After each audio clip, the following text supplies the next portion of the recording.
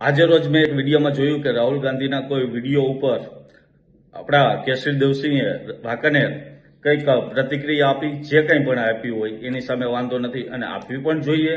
કોઈનાથી કંઈ ભૂલ થયું હોય તો બોલવું પણ જોઈએ. પણ કેસરી દેવસિંહ, આપ રાજવી છો, આપ સ્ટેટ છો વાંકાનેર. આપણે એ ન ભૂલવું જોઈએ કે આપણે ક્ષત્રિય છીએ.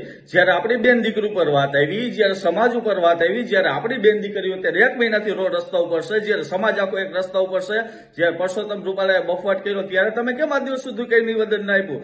સાહેબ, પક્ષ મજબૂત હોવો જોઈએ, પક્ષની સાથે હોવા જોઈએ, પણ સમાજથી વધારે મોટો પક્ષ ન હોવો જોઈએ. તમે સમાજના મોભી કહેવાય, તમે રાજવી કહેવાય, અને રાજવીની તો ફરજ છે પ્રજાની રક્ષા કરવા. તો પ્રજા તો એક બાજુ, જ્યારે અત્યારે આખો સમાજ રોડ રસ્તા ઉપર છે, તો ત્યારે તમે કેમ પરસોત્તમ રૂપાલા વિશે 2 શબ્દ પણ નથી બોલ્યા જાહેરમાં આવીને?